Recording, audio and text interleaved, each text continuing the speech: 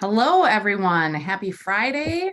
What a wonderful afternoon. Welcome to our November 4th, 2022 Literacy Lunch and Lead session.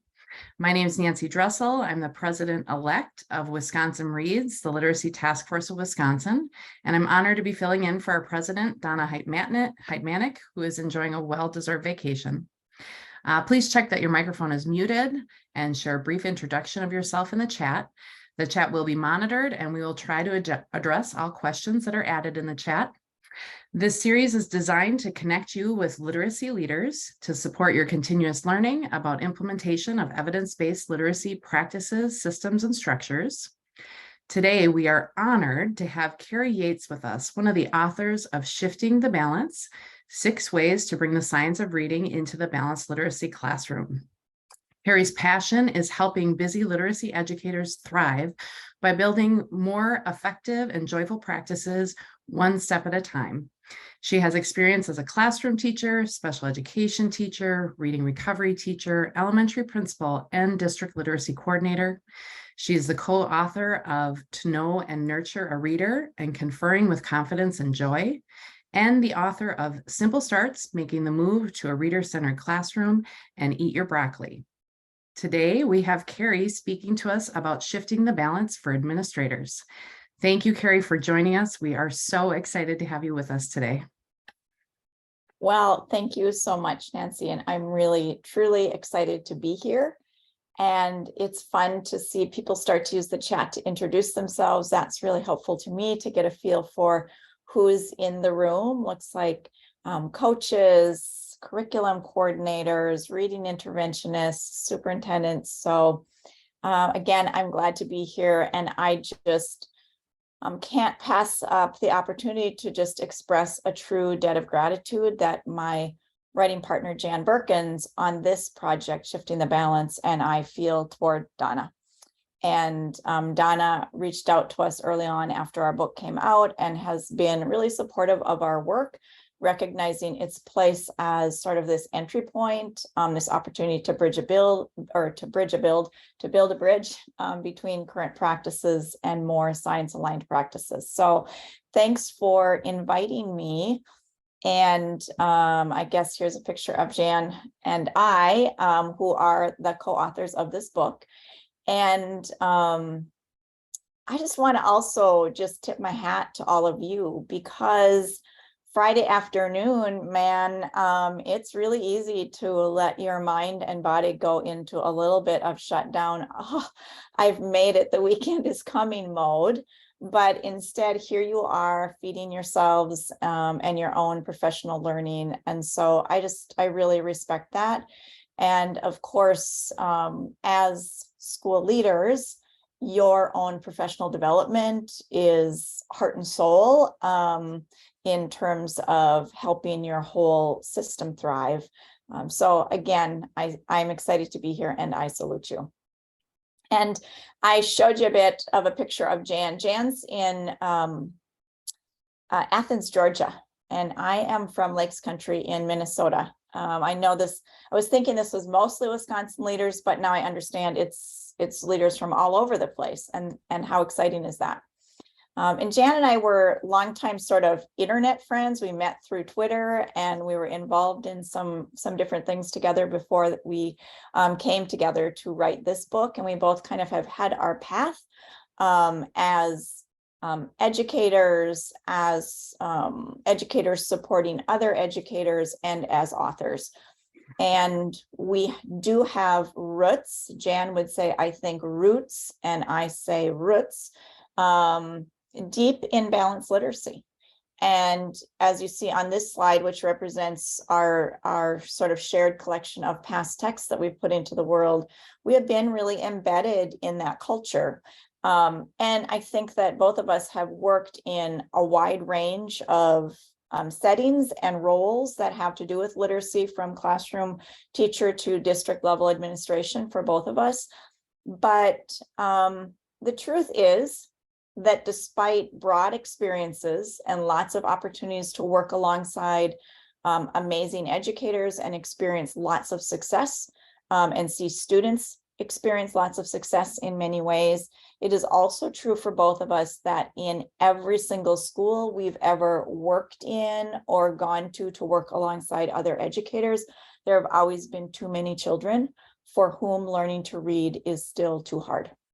Children like Jonathan, who's a second grader and who is still struggling to read even the most basic words. And it's brutal for Jonathan, who understands himself that he is struggling. And not only that, he understands that his classmates also know he's struggling. And it's brutal for Jonathan's parents, who are the ones who every day need to nudge him onto the school bus, despite his resistance. And for Jonathan's teacher, who is working as hard as she currently knows how, but wondering what else she could do to make learning to read easier rather than harder for Jonathan. And we've known lots of children like Letitia. Letitia is now a third grader who came to school, kindergarten, bubbly and bright, knowing lots of letter names and sounds, and got off to kind of a strong start in the early grades, reading those beginning texts and learning to do simple decoding. But now that she's in third grade, things have really started to kind of fall apart for her, especially with reading comprehension. And the text that she's encountering with more difficult language structures and lots of big long words have really left Letitia feeling like maybe reading isn't for her after all. And then we've known lots of students like Jackson. And Jackson is a sixth grader who is somebody who has struggled with reading from the beginning, but who has sort of squeaked by much of the time, relying on compensatory strategies. He's verbal and bright in many ways, and he's been able to lean into his robust vocabulary, his background knowledge, his social connections to sort of slide through. But in the intermediate grades, as more and more of the school day's success depends on reading and writing more complex texts, the more Jackson has started to rely on another bag of tricks. You've all known Jackson's. Reading difficulties in the upper grades often present themselves as behavioral difficulties. Jackson is relying on things like distraction and disruption and avoidance and redirecting the attention of his classmates and teacher in whatever ways he can. And we've all known children like these, children whom our current systems haven't served well enough. There are probably some children like these that are on your mind as you come here today. And the truth about our educational institutions is that if we want to change student outcomes, then we must first change adult practices.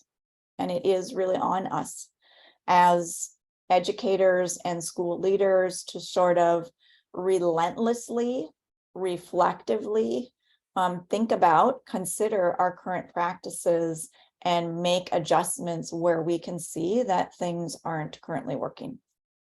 And yet, despite sort of the bleakness we can sometimes feel as we think about children who aren't succeeding as readers and writers, the good news is, as I'm sure you know, because you're dug into this series and you've been thinking about this science of how the human brain learns to read, there is a lot that has been discovered about how the brain learns to read that isn't yet really consistently making its way into classrooms. And so we consider that to be good news.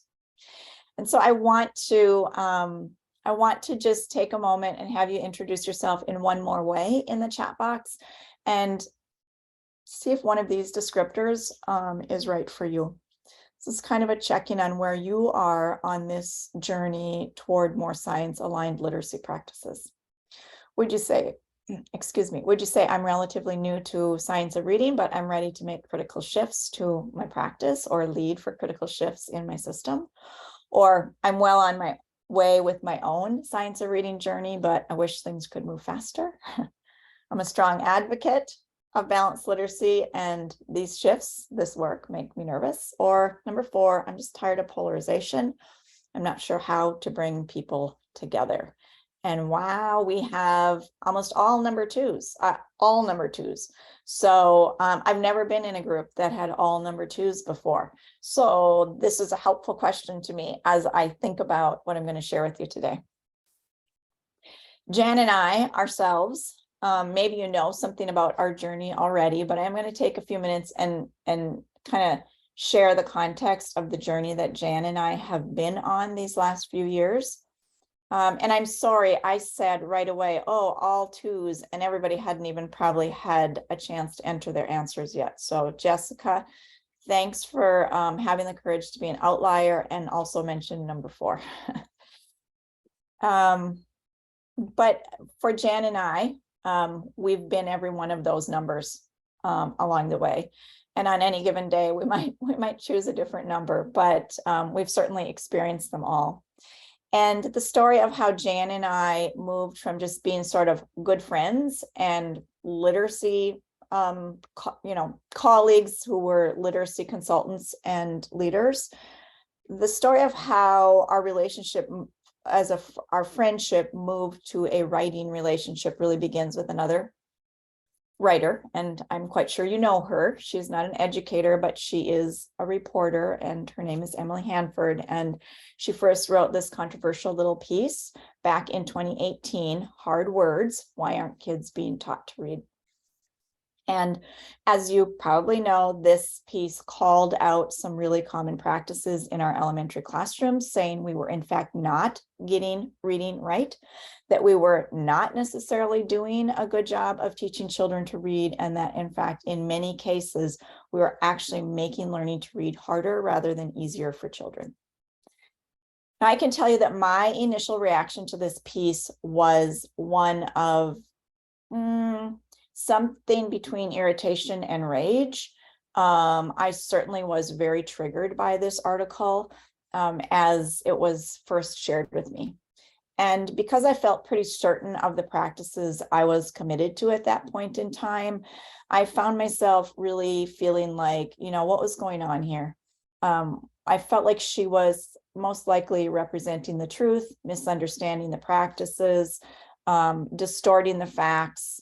And really, who was she anyway? And who had she ever taught to read? And so I took a pretty dismissive stance to this piece in the beginning. But for Jan and I, pieces like these started to just hers was followed by this sort of cascade of others like it. And they began to show up in our inboxes, shared by colleagues and principals and reading specialists, and even by school board members.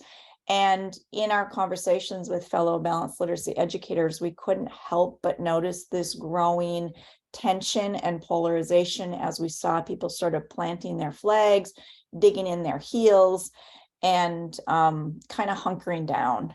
And yet we found that we had to sort of recognize we had some options. One was to sort of bury our head in the sand and hope the whole thing would blow over. But the other was to recognize that more and more we were having some questions ourselves. Like, is it possible that balanced literacy classrooms are sometimes a bit out of balance? And could it be that we are missing or misunderstanding compelling opportunities to bridge research and practice? And do we have some seemingly logical practices that are driven more by intuition than they are by brain science? For Jan and I, and we've loved the work of Adam Grant in this book, Think Again, The Power of Knowing What You Don't Know. And one of the things that Adam Grant shares is that there is this inverse relationship between certainty and curiosity. And for us, from this vantage point, we realized that sort of this combination of events, starting with that original Hanford article, had really shaken our certainty kind of loose. But in doing so, the good news is this had created room for more curiosity. And this curiosity really was at the beginning of our journey into what we think of as the science of reading. And our journey did begin with lots of reading in books like these and the research behind them, research that we found to be sort of off the beaten path of what we had been reading or exposing ourselves to in the past. And as we read and dug in, we just kind of kept honing in on these kind of big ideas that we realized sort of each time we started to zero in on another sort of big idea, we felt like, wow, there is something here. And yet we also kind of simultaneously felt these knots in our gut. As we did, we found ourselves saying things to each other like, oh, shift. We have some work to do here. And when Jan proposed, maybe we would write about this, if you've heard us talk about this before, that my initial reaction was basically blankety blank, no, not going to do that, because it felt a bit like this. And yet I did, and we did dig into this work. And as we've gone, I think what we've realized is that this work is as much heart work as it is head work. And although we've done a lot of deep reading about the science of reading, what we've also done is a lot of reading and thinking and conversation with other educators about ideas represented in books like these, books that are written to sort of help human beings navigate change, rethink long-held beliefs, and engage in difficult conversations like leading on polarizing issues. And since many of you kind of chose that, I'm pretty far along on my science of reading journey, but I feel frustrated at the pace of things. This might be an area to consider giving some thought to, because whenever we encounter resistance, there's always something behind that resistance. And usually resistance is representative of fear of some sort. And if we ignore the resistance and we don't explore what is causing the fear, that resistance solidifies. And so there's some real opportunities, I think, in terms of creating forward motion in thinking about how we navigate the tricky conversations with those around us.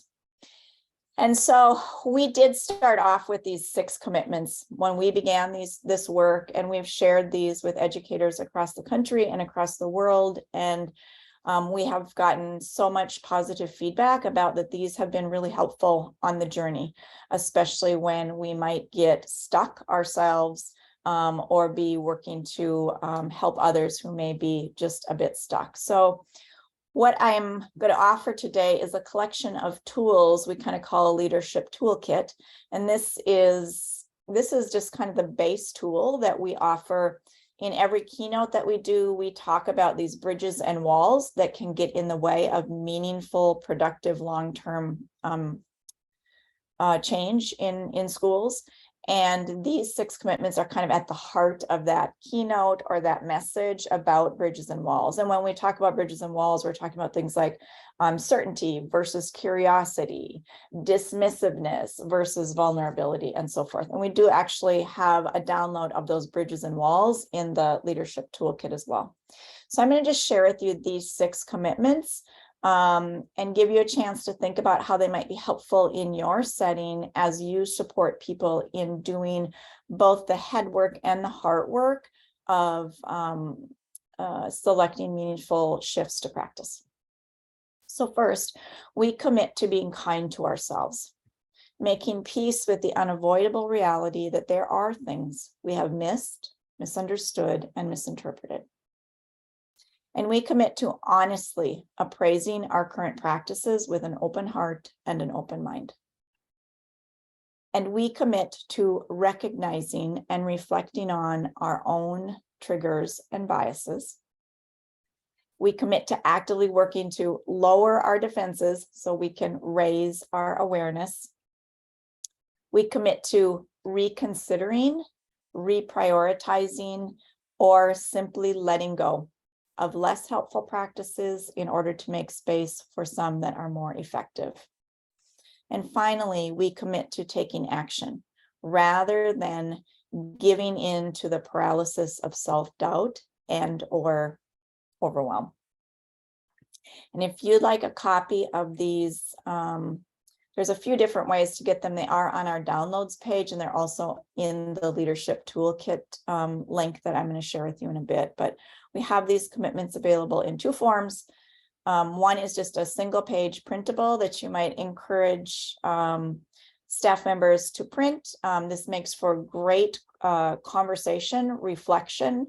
Lots of people who do book studies of our book begin every book study with having people identify which one is really resonating with them, depending on what the chapter or topic being kind of considered is. The other form that they're available in is their adult coloring bookmarks. And these are made by an educator by the name of Kim Harkreader, generously designed those for us and allows us to make them available. And I like to say, boy, those, they print on 2 pages, they cut up into 6 bookmarks. You can distribute them in mailboxes, and they attach really beautifully to a full-size Hershey bar. So those are the 6 commitments. But in our work, I guess in the research that we did, we thought that there were 6 critical areas when it came to considering the science and considering what we knew to be some of the most common practices in balanced literacy classrooms in the early grades. And again, this work is focused on K2, but I will tell you that readers of our book and participants in our class from the upper grades always say, wow, I needed that. I didn't understand how early literacy began. So although the work is really written toward a K2 teacher, there's a lot here for teachers of all ages.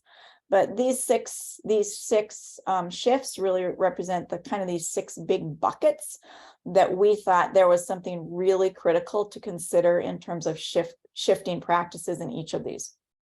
Yet I want to be really clear.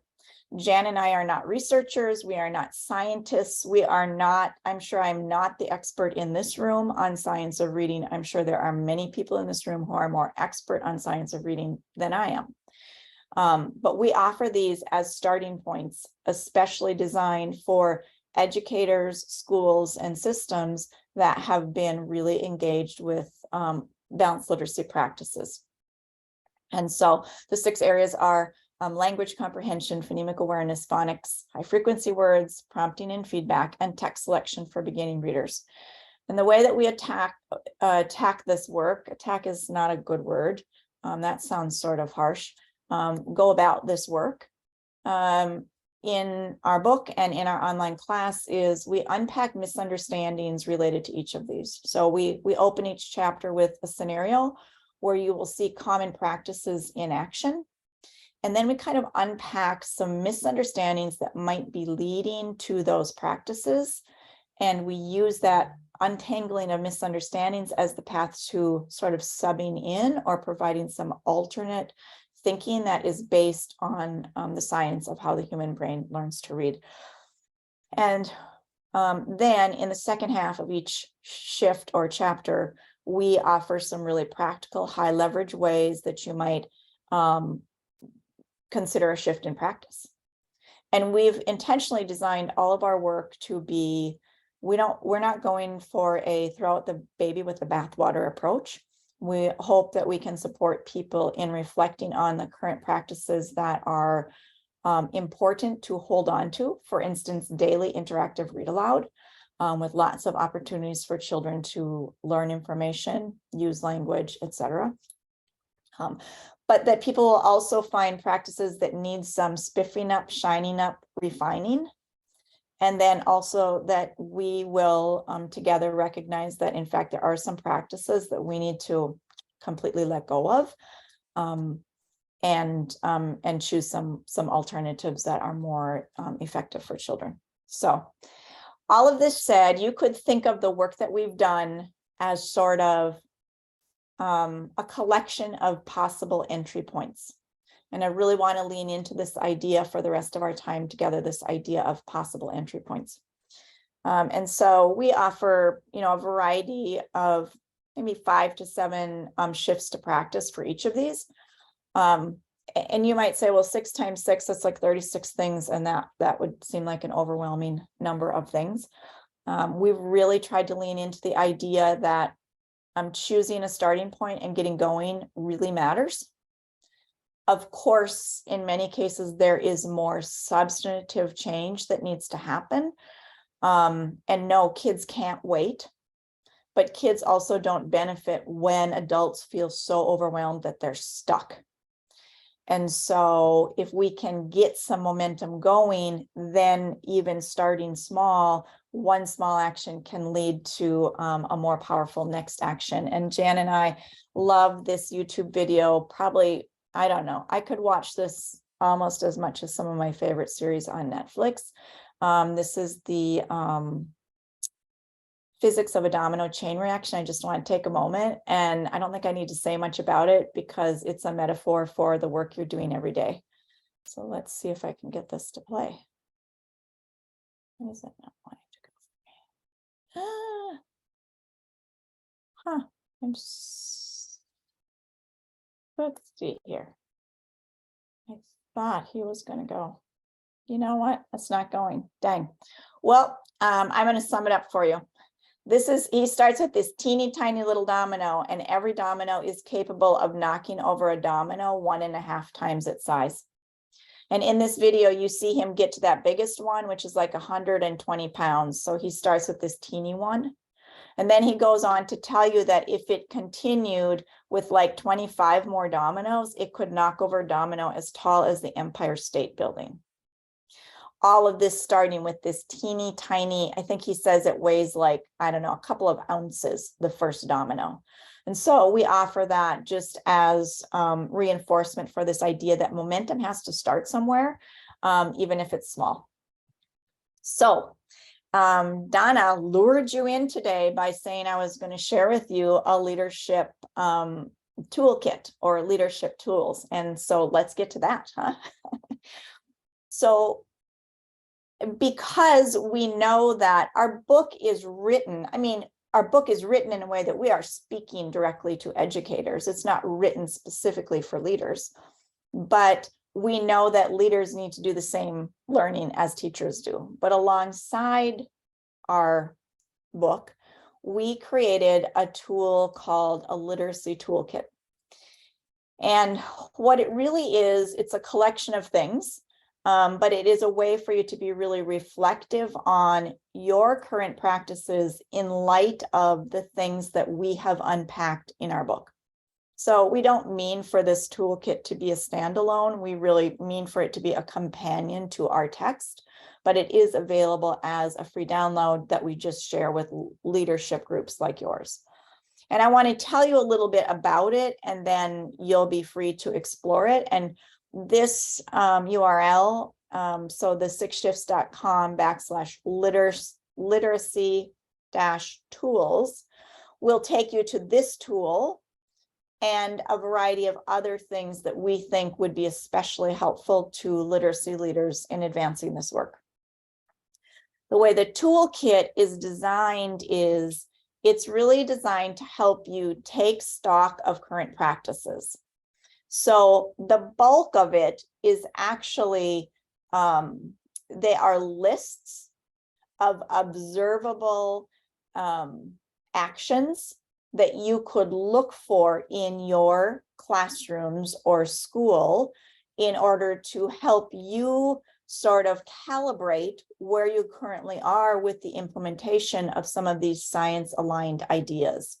So the tool is designed to help you first take stock of current practices, then reflect on what you learn and prioritize what seems important, and then sort of choose some starting points to set that domino effect in action. And then do that same thing again. Now, like I said, it's meant to sit alongside the book, but you're welcome to explore it and reap what you can from it. But I will say our concern about the tool is that teachers need information. So if we're using the tool to look for specific things in classrooms, we would want to make sure teachers understood the what and why of those items. So in this toolkit, the first part is an infrastructure part.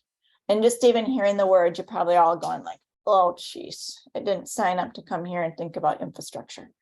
But if you give infrastructure a moment of consideration, whether it's the roads we drive on, the bridges we use, the electricity or plumbing in our homes, infrastructure is something that is really easy to take for granted until you realize it's not working well. And so the infrastructure part of this tool really helps you to take a serious look at things like if you have a literacy leadership team in place, if your literacy leadership team has had the opportunity to sort of get ahead of the curve with their learning about the science. Do you have elements of your school improvement plan that are very literacy specific? And do you have goals, not just for students in your school, but this is really important. Remember that piece of if we want outcomes to change for students, and we've been about measuring student outcomes forever. But if we want outcomes to change for students, the only way that can happen is through changed adult behaviors or adult actions. And the only way that can happen is through professional development and adults learning other ways, better ways of creating success for kids. So you'll see that professional development is very much at the heart of this toolkit. So part one does help you think about infrastructure things, and those infrastructure pieces they're going to feel familiar to you as school leaders. They don't really have much connection with our book at all. They're very specific leadership things. Then part two of this toolkit really looks at instructional shifts. And so part two, as you go through, is some checklists that are organized according to these 6 areas that are the 6 shifts in our text. And again, here's where you can use these tools to take stock of current practice. So here's an example of a page from the phonemic awareness, and you're just looking at these items and asking yourself, never, rarely, sometimes, frequently, consistently. You're kind of thinking about where are we with this particular item? And you can use those tools for taking stock in a number of ways. You could do a classroom walkthrough. You could say, we're thinking about phonemic awareness. Let's take this phonemic awareness tool and let's do a classroom walkthrough with some leaders and some teachers and just start to engage in conversation about phonemic awareness in our classrooms. Or you could use the tool to have teachers rank their own practices. You could share it with teachers and say, we just want to know your own idea of where you are with this practice at this moment in time. Or you might have more specifically a leadership team. You maybe already have in place some administrative learning walks, and this might be used to, you don't have to use a whole section. You could even use this tool, and we really think of this tool as, heaven forbid, do not set about to use this whole tool at once. You need to be selective and choose some slices to really think about where to start. But feel free to use even slices within areas. So that's that taking stock, and there's lots of ways to do it. Then part 3 in the tool really kind of sets you up for whatever period of time you want, but it sets you up to prioritize and get momentum going. And we really advocate for this idea of a 90-day momentum cycle. To say to yourselves, okay, here we took a look, and really we want to start with trying to build more intentional knowledge building and vocabulary through read aloud. And that's what we're gonna really commit to. And we're gonna choose these slices that everybody in our school knows about and is thinking about. And we're gonna take 90 days. We're gonna measure up front in terms of using the tool, and then we're gonna come back at 90 days and see if practices have changed around this. And so this power of 90 days, many times with school improvement work, we set year-long goals, and they are many times student outcome goals. But there's power in both shorter term goals and adult action goals, because adult changes to adult practice have to precede changes to student outcomes. So we love 90 days, but you could do the same thing with 60 days or 120 days or whatever amount of time you want. But we like 90 days because it feels really urgent and actionable and a good way to get your staff excited about, we're going to do something here, like starting now. So you're going to prioritize. And that tool is meant not just to identify, again, what might be your next steps, but it's also an opportunity to identify and celebrate successes and strengths, but also opportunities, and then select a focus. So here is just my reminder again that slices of this. It's a big tool. We really work to build a pretty supportive, comprehensive tool in each of these 6 areas so that you would be able to think about slices of it. And in this 3rd section, you'll find there are some kind of protocols and guidance, if you want it, for how you might support the conversations with your leadership team, reflecting on what you saw when you gathered data, however you did, about current practices, and making some plans for moving forward. Now, maybe you don't need that part. Maybe you just want the checklists or reflection tools, and you already have your own processes for reflection, that you feel good about. That's great. Take what works for you. But the important things with setting that momentum in action, once your leadership team sort of hones in on something, is that you want to be a champion of communication. You want to really communicate the why and the how. You want to make sure that if interactive read aloud as a path to information, knowledge building and supporting vocabulary growth is something you're focused on, that you actually provide professional development around that. You don't just kind of expect teachers will know how to do that. And of course, professional development can be provided in a whole range of ways, that. But make sure that whatever your plan is, you have a plan for professional development. And then also, we're big fans of, we want to encourage teachers to take actions and take risks. It doesn't have to look one particular way. Trying to hone in on a specific practice or a specific area, different staff members are going to try some things and have success in different ways, and that's going to benefit the whole system. And we give some examples of that in our book, in the scenarios of teams who have sort of tackled something, a school where the focus is building vocabulary, but different teachers have chosen different high leverage strategies to try to get that going, and everybody benefits from hearing about the successes of others. So 90 days elapses, or 60 or 120 or whatever you choose, and you get a chance to do it again, to engage again in taking stock. Where are we now? What are we going to prioritize? What might be that next domino? So this is kind of what we've put together in this leadership toolkit document that we offer to you as school leaders trying to just get momentum going and think about how to make this part of your ongoing continuous improvement process, not something sort of extra or additional.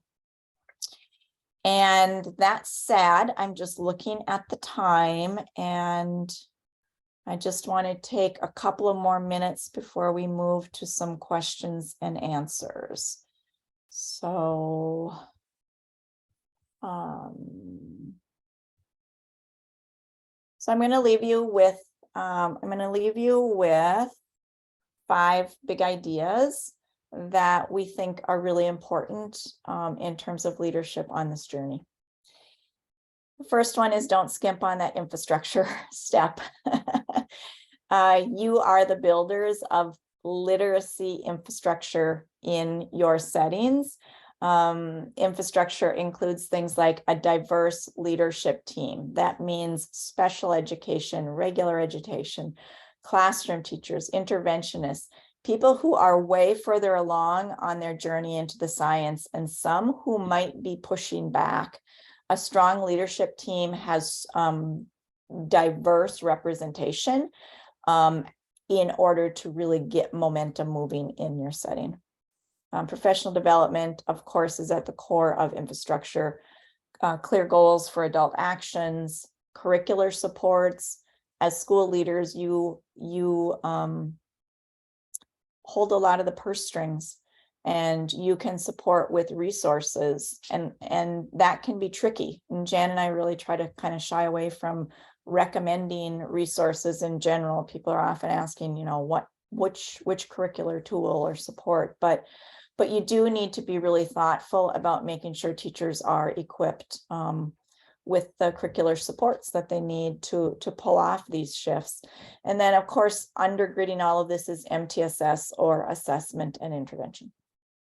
So the second thing we want to encourage you to hold on to is keep professional development for yourself and your staff at the center of whatever you do. You're here today, you've got professional development for yourself in mind, and you need and deserve that. And again, systems don't change unless adults get fed new information. And we have some ways to support that. We have a podcast series that is, it's a mini podcast series. So it's a series of 7, they're between 10 and 15 minutes, introductory, and then one that kind of introduces you to each of the 6 shifts. We've known lots of school leaders who have used them during faculty meetings, sort of a walk and learn, listen to a podcast, engage in some conversation about it. Those are there for you as a free resource. We also run an online class that expands on the ideas of our book, taking them much further. And we have cohorts of that several times a year. We have a cohort starting next week. That's on our website. But the other thing we do that has really started to take hold, I think, in ways that we think is even more powerful than taking that class as an individual. And this is the idea of custom, our class content provided in a custom format for individual schools or districts, so that everybody in your setting can have that same learning experience together. And we can create a customized rollout of that, whereas our general class runs for, you have 9 weeks of access.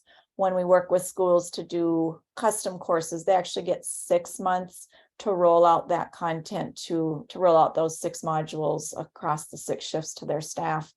And we do some custom Q&As with groups on that as well. So if you'd like any information about a custom course, you can actually email customcourses@the6shifts.com, and Rachel will be happy to support you in thinking about that. So keep professional development at the center. And number 3, leverage the power of short-term goals. If we can let go of the idea that everything has to be measured in a year's time, it's really easy to lose sight of year-long goals. Lean into the power of short-term goals, especially when it comes to some very actionable shifts to adult practices. And number 4, commit to a series of starting points, no matter how small or imperfect. Don't let yourself second guess your starting points. Get brave, get in there, choose some starting points, and just get going. That's that domino effect, even though we couldn't see that great video I wanted you to see. And then number 5, remember, this is head work and heart work. Getting momentum going, we think, is about finding this sweet spot between helping educators learn about the science of learning to read, but also keeping in mind the science of leading for change. That's where we can avoid that stuckness and frustration. We've got some tools to support you with that. Again, the URL or the address, I don't even know if I use the right terminology when I talk about such things, but here's where you can get the leadership tools. It's the6shifts.com/leadership tools. And the first thing you'll find on that page is this toolkit I walked you through, but you'll also find the 6 commitments. You'll find an outline of those bridges and walls. We also have what's called a teacher-friendly guide to understanding reading research. And it's just kind of meant, everything we do is meant to be an invitation and an entry point. Nothing we put into the world is meant to be an end all be all. Now you've got it. but it's meant as an opportunity to offer the invitation to get started and then decide what you need next. So I hope that I've offered some tools that can be helpful to you as you piece together your journey. I was humbled today as I looked back through the past presenters to this group. And if you have been attending regularly, then wow, you've gotten some powerhouse information already. And I just humbly hope that something today was worth your time. Thank you so much, Kari. There were several, I've got 2 pages of notes of interesting insights and ways that our people who have been attending regularly, that the 6 shifts can support them in putting all that learning into practice. So thank you so much for everything you shared today. Thank you to all our live attendees and viewers. We are grateful for your literacy leadership. And Kari, thank you for your leadership and for sharing your experience and insight. We're very grateful for your literacy leadership. This video will be emailed to all registrants. It will be available on the Science of Reading, What I Should Have Learned in College YouTube channel, and also posted on our Wisconsin Reads Facebook, LinkedIn, and website.